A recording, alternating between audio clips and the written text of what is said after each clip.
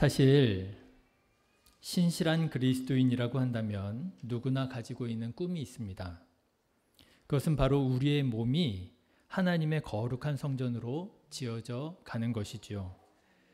내가 다니는 어떤 교회가 그 교회가 하나님의 교회로 지어지는 것 너무 귀한 일이죠. 감사한 일입니다.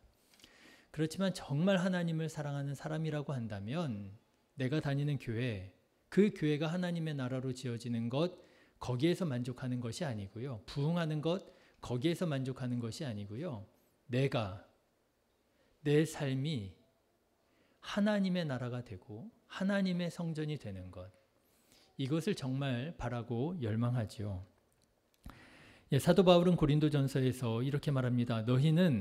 너희가 하나님의 성전인 것과 하나님의 성령이 너희 안에 계시는 것을 알지 못하느냐, 알지 않느냐. 정말 우리가 세워야 할 교회는 이런 교회, 이것도 귀하지요.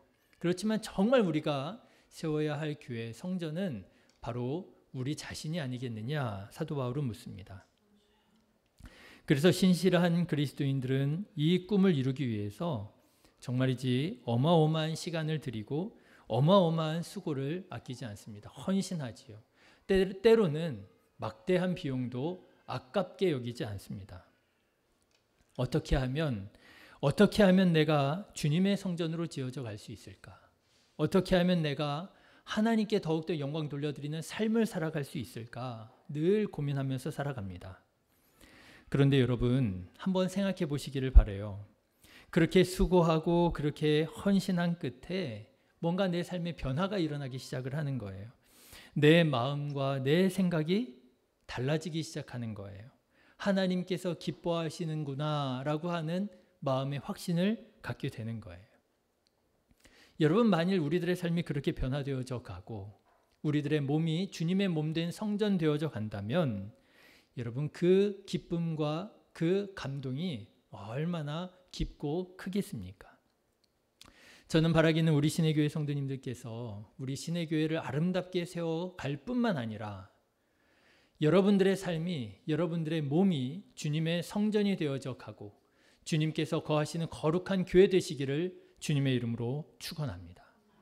그렇다면 우리 교회가 하나님 기뻐하시는 교회가 되어지는 것은요, 아무 문제가 되지 않을 거예요. 그 감동을 우리에게 보여주는 사람이 있습니다. 바로 솔로몬입니다. 오늘 우리가 같이 읽은 본문의 말씀은 솔로몬이 성전을 다 짓고 모든 이스라엘 백성들과 함께 하나님께 봉헌 예배를 드렸을 때의 말씀입니다. 여러분, 생각해 보십시오. 얼마나 감격스러웠겠습니까? 12절, 13절에 보면 솔로몬이 이 감격을 가지고 하나님 앞에 이렇게 고백합니다. 그때에 솔로몬이 이르되 여호와께서 캄캄한 데 계시겠다 말씀하셨사오나 내가 참으로 주를 위하여 계실 성전을 건축하였사오니 주께서 영원히 계실 처소로소이다. 아마 이 찬양이지요. 이 고백을 할 수 있었던 솔로몬의 마음은요, 정말 감격하고 정말 넘치는 은혜가 있었을 거예요. 여러분, 혹시 이 솔로몬의 감격이 공감이 잘 안 되십니까? 아무래도 우리가 좀 살아가다 보면 이런 게 잘 공감이 안 될 때가 있어요. 이렇게 한번 말씀을 드려볼게요. 역대상 29장에 보면 솔로몬이 성전을 짓기 위해서 드린 총 비용이 계산되어 있습니다. 그런데 이 비용을 일당을 기준으로 계산을 해보면 노무비를 제외하고 현재 126조 5천억 원 정도 됩니다. 126조 5천억이에요. 노무비를 최소한으로 잡아서 공사비의 50%로만 잡아도 솔로몬 성전 건축 총 비용은 252조 원이 됩니다. 감이 잘 안 오시죠? 그래서 제가 인터넷에 250조 원이라고 쳐봤습니다. 250조 원이 어느 정도 금액인가 감이 안 오잖아요. 그래서 250조 원을 딱 쳐보니까요, 우리나라에서 최고의 기업이죠. 삼성회사가 미국 텍사스에 20년 동안 반도체 공장 11곳을 신설하는 데 들어가는 비용이 250조 원이랍니다. 20년 동안 우리나라 최고의 회사가 최고의 기술을 가지고 미국에다가 11곳의 공장을 짓는 데 들어가는 돈이 250조 원. 어마어마한 돈입니다. 그런데 여러분, 성경은 참 놀라운 책인 것이 이때 당시 솔로몬 당시에 연 세입이 얼마인지도 기록되어 있어요. 국가 예산이라고 예산하고 똑같지는 않겠지만 세입을 예산이라고 생각을 한다면 그 돈이 얼마냐? 666달란트라고 되어 있는데 역시 계산을 해보면 9조 2천억 정도 됩니다. 그러면 여러분 250조 원이 당시에 얼마나 큰 돈인지가 또 계산이 되죠? 솔로몬 성전 건축 공사비 250조 원은 당시 이스라엘의 27년치의 예산에 해당되는 엄청난 돈입니다. 실제로 솔로몬은 성전을 짓기 위해서 18만 명 이상을 동원하고도 7년에 걸친 공사 기간 끝에 이 성전을 짓게 되었다라고 말하고 있습니다. 그 결과 마침내 하나님께 봉헌 예배를 드리게 된 거예요. 가지고 있는 모든 힘과 능력을 총동원했을 것입니다. 그 오랜 시간을 그곳에 집중하면서 하나님께 영광 돌려드리기를 소원했었던 바로 그 대역사입니다. 그런데 이제 마침내 하나님께 봉헌 예배를 드리게 된 거예요. 그러니 솔로몬의 마음이 얼마나 정말 감개무량했겠어요. 아마도 솔로몬에게는요, 솔로몬 성전은 그냥 화려하고 값비싼 건물만은 아니었을 것입니다. 오늘 우리가 바라는 것처럼 하나님 앞에 내가 최선을 다하기를 원하는, 하나님께서 내 삶을 통해서 정말 온 영광 받기를 원하는 그 믿음과 신앙의 고백이었을 거예요. 그런데 그 고백을 하고 있으니 솔로몬이 얼마나 기뻐하고 얼마나 감격했겠습니까? 자, 그러면 여러분, 솔로몬은 어떻게 이렇게 어마어마한 역사적인 성전을 건축할 수 있었을까? 여러분 궁금하지 않습니까? 우리는 어떻게 하면 우리의 삶이, 우리의 마음이 하나님께서 성령으로 임하시고 거하시는 성전이 될 수 있을까? 그 가장 중요한 핵심은 무엇일까? 솔로몬은 오늘 우리에게 그 비결이 순종이라고 말하고 있습니다. 솔로몬은 이제 하나님의 거룩한 성전을 지었다고 하는 이 큰 감동과 감격을 가지고 이스라엘 백성들에게 축복하면서 이 성전 건축이 어떻게 시작되었고 어떻게 완공되었는지 성전 건축의 개요에 대해서 말을 하기 시작합니다. 그런데 이 개요를 보니까 솔로몬은 하나님의 말씀에 순종하여 성전을 지었다라고 분명히 말하고 있습니다. 여러분 20절의 말씀을 한번 보십시오. 이제 여호와께서 말씀하신 대로 이루시도다. 내가 여호와께서 말씀하신 대로 내 아버지 다윗이 이어서 일어나 이스라엘의 왕위에 앉고 이스라엘의 하나님 여호와의 이름을 위하여 성전을 건축하였다. 그렇죠. 여호와 하나님의 말씀대로 성전을 지었다라고 하는 거예요. 그런데 여러분, 이 말씀을 한번 가만 들여다보십시오. 이 말씀을 들여다보시면 사실 이 말씀 가운데에는 솔로몬이 성전을 지어야 할 이유보다는요, 짓지 말아야 할 이유가 더 많은 것을 보게 됩니다. 왜냐하면 사실 성전을 짓겠다고 하는 이 마음이 누구의 마음이었다고요? 자기 마음이 아니었어요. 성전을 짓겠다는 자원하는 마음을 가진 사람은 자기 자신이 아니었고요. 자기 아버지 다윗이었습니다. 그 말을 하고 있는 거예요. 그리고 여러분, 사실 성전을 지으라고 하는 이 감동이 하나님께서 솔로몬에게 직접 주신 감동이 아니고요. 하나님께서 그의 아버지 다윗을 통해서 주신 감동이었다라고 하는 거예요. 여러분 이 말씀을 잘 보십시오. 하나님께서 솔로몬에게 네가 성전을 지어야 되겠다라고 말씀하시지 않으셨습니다. 솔로몬이 내가 하나님께 성전 지어드리고 싶다 그런 자원하는 마음이 있었던 것 아닙니다. 가만 보십시오. 아버지가 자원한 일인데 그 일을 내가 하게 되었다라고 하는 거예요. 하나님께서 아버지를 통해서 받은 말씀을 나에게 전해 주었다라고 하는 거예요. 네가 낳을 아들이 내 성전을 지을 거야. 그런데 여러분, 그 일이 어떤 일이라고요? 국가 예산의 27배에 달하는 엄청난 대역사였다라고요. 그러면 여러분 어떻게 생각하십니까? 이 하나님의 말씀에 순종할 수 있겠습니까? 아버지가 꿈꾸던 일입니다. 그런데 그걸 나보고 하라는 거예요. 하나님께서 아버지에게 주신 감동입니다. 그런데 그걸 내가 해야 된다라는 거예요. 사실 여러분 이 말씀을 가만 들여다보면 분명히 불만이 나올 수 있습니다.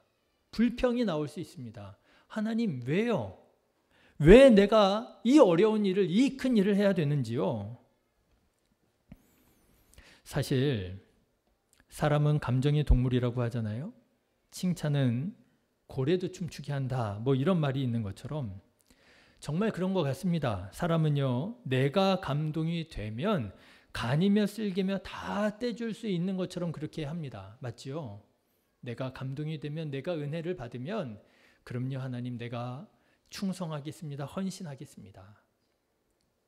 그런데 참 이상하지요? 내가 감동이 되지 않으면 어때요?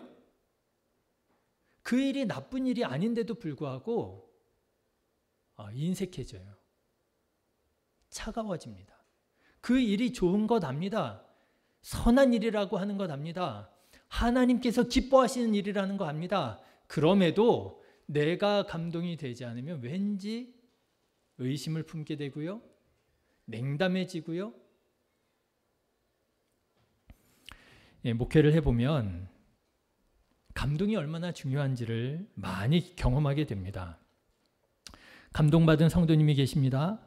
그러면 그 성도님은 내가 받은 감동에 집중하고 올인을 하게 되는 거예요. 교회 학교에 감동을 받으셨습니다. 그러면 그 성도님은 말씀하시는 거예요. 교회 학교가 제일 중요하다는 거예요. 모든 교회 활동이 다 교회 학교를 지원하는 데 집중해야 된다라고 생각을 하시는 거예요. 아무리 돈이 없어도 전도사님 모셔야 됩니다.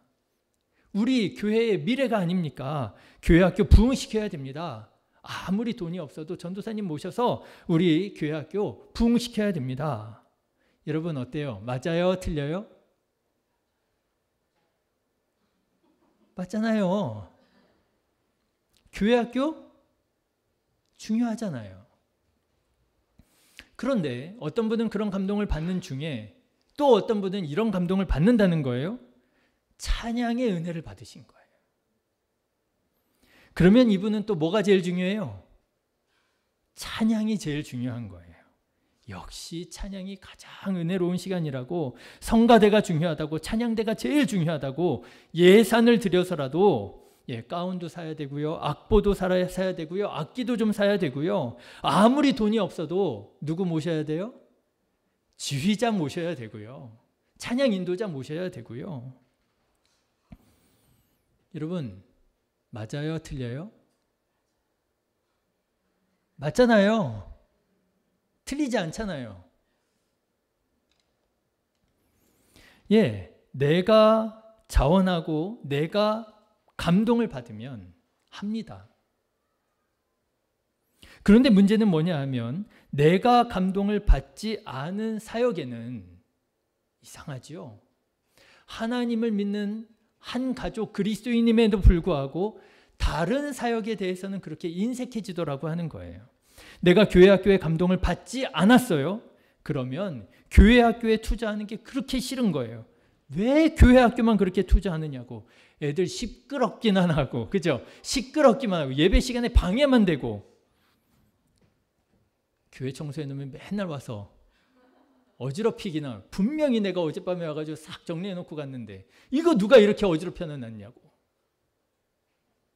내가 노래를 못 불러요. 그러면 아무래도 찬양의 감동을 받기가 쉽지 않겠죠? 그러면 그분은 찬양에 집중하는 게 그렇게 못마땅한 거예요. 왜 예배 시간에 노래만 부르냐고. 아니, 찬양이잖아요. 하나님을 영화롭게 하는 거잖아요. 예배가 찬양이고 찬양이 기도고 기도가 말씀이고 그런 거 아니에요.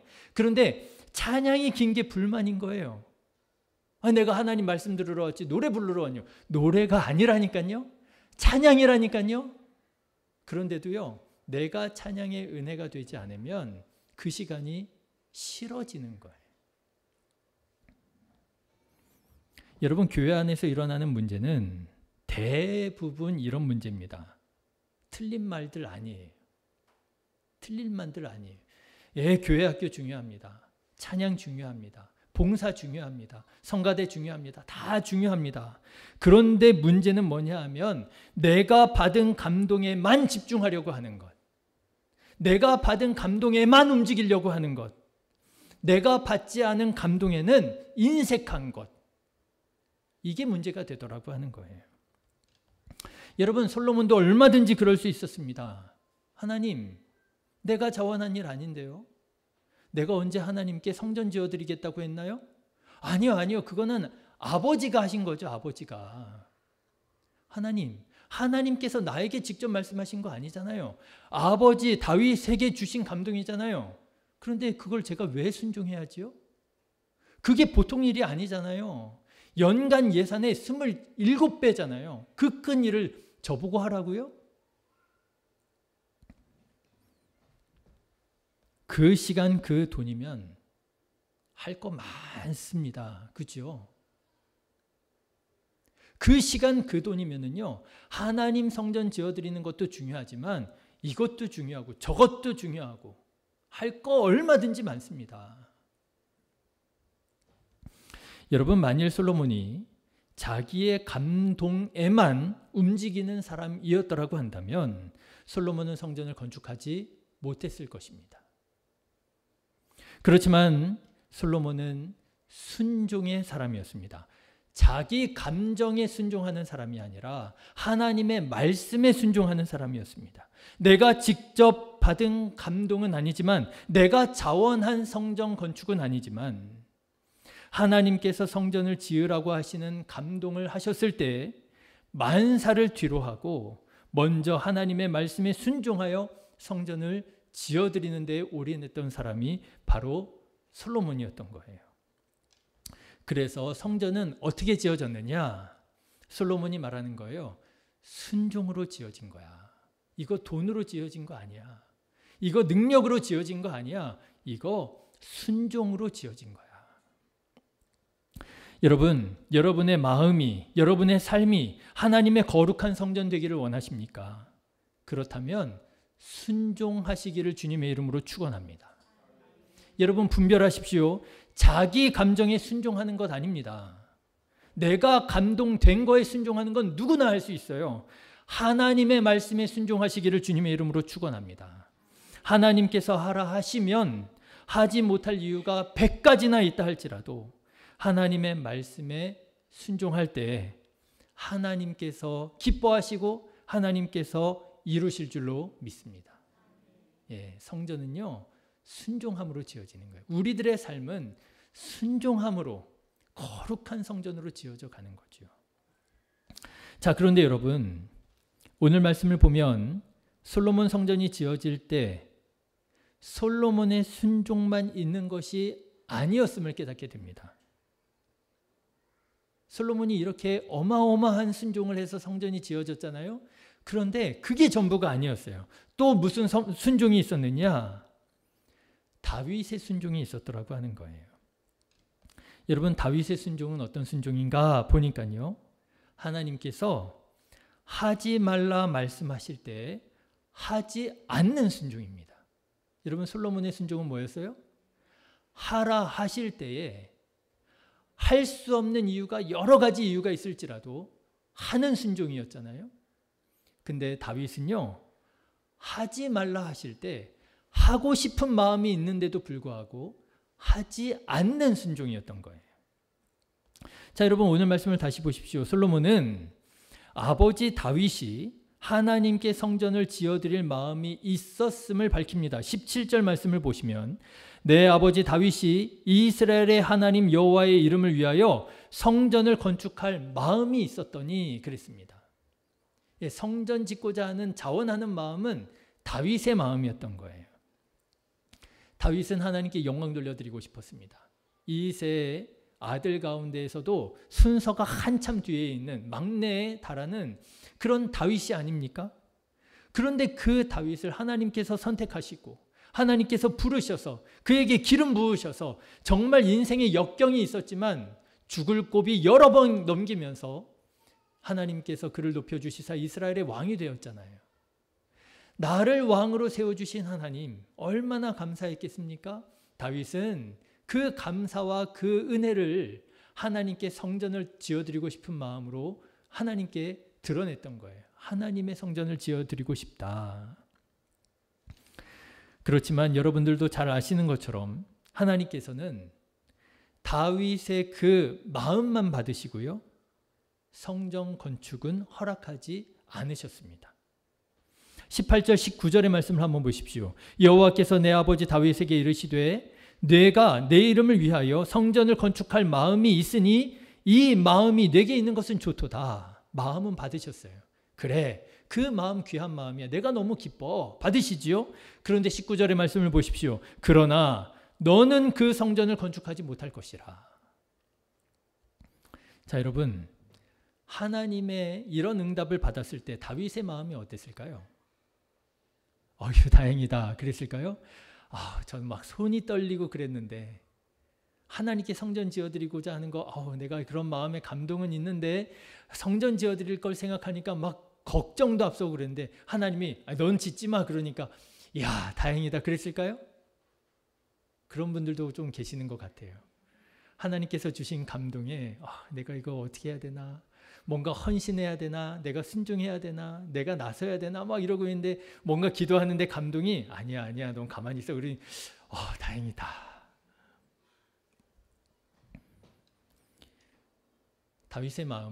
다윗은 어쩌면 서운하고 섭섭했을는지도 모르겠습니다. 하나님께 드리고 싶은 거예요. 하나님께 감사드리고 싶은 거예요. 하나님께 영광 돌려드리고 싶은 거예요. 성전을 꼭 좀 지어드리고 싶은 거예요. 나는 이런 궁에서 사는데 하나님의 궤는, 언약궤는 저 장막 안에 있는구나. 이게 다윗의 마음에 늘 이게 부담이 되는 거예요. 그런데 하나님께서 안 받으시겠대요. 아니래요. 여러분, 간혹 우리 이제 부모님들이 자녀들에게 또는 손자, 손녀들에게 뭔가 이렇게 뭐라도 하나 주고 싶어서 막 이렇게 하실 때가 있잖아요. 그런데 이제 그 마음을 다 헤아리지 못하는 이 애기들은요, 우리 신혼이 신유 요 정도 되면은요, 아주 분명합니다. 자기가 먹기 싫으면은요, 싫어요. 안 먹어요. 그럼 야, 이거 하나 먹어봐. 안 먹어요. 어제도 이제 결혼식이 있어서 애들이랑 같이 결혼식장에 갔다 왔는데 저희 어머니가 이제 신혼이한테 야, 이거 먹어봐. 이렇게 주시는 거예요. 신혼이는 아주 정직하고 바르게 자라서요. 안 먹어요. 그러는 거예요. 좀 할머니 마음을 좀 이렇게 받아주면 나는 이거 별로 안 좋아하지만 할머니가 먹으라 하시니 한번 이렇게 먹는 척이라도 좀 신흥이라도 이러면 좋은데 그게 아니고 제가 옆에서 이렇게 보면서 참 할머니 마음이 서운하실 수 있겠다.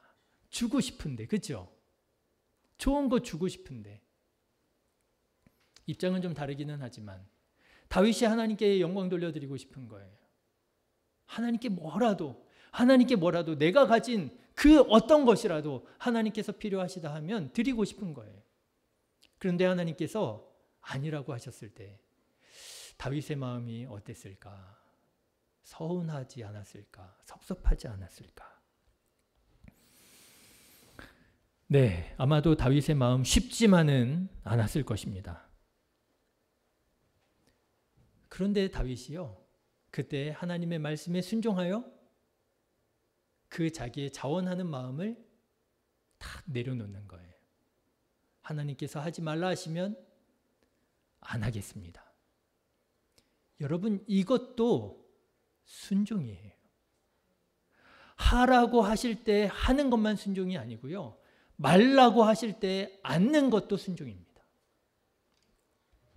제가 이런 생각이 좀 들었어요. 다윗이 만일 순종의 사람이 아니었더라면 어땠을까? 왜요, 하나님? 내가 하나님께 드리고 싶은데요. 나 하나님께 드리고 싶다니까요. 내가 뭐 나쁜 짓 한다는 게 아니잖아요. 하나님, 저는 그냥 성전 지어 드릴랍니다. 그러면서 성전을 지었다고 생각해 보십시오. 어땠을까요? 여러분, 제가 오늘 말씀을 준비하면서 어린 아이들에게 부모님들이 무엇부터 가르치는가 한번 생각해 봤습니다. 여러분 자녀들을 키우실 때 무엇부터 가르치셨어요?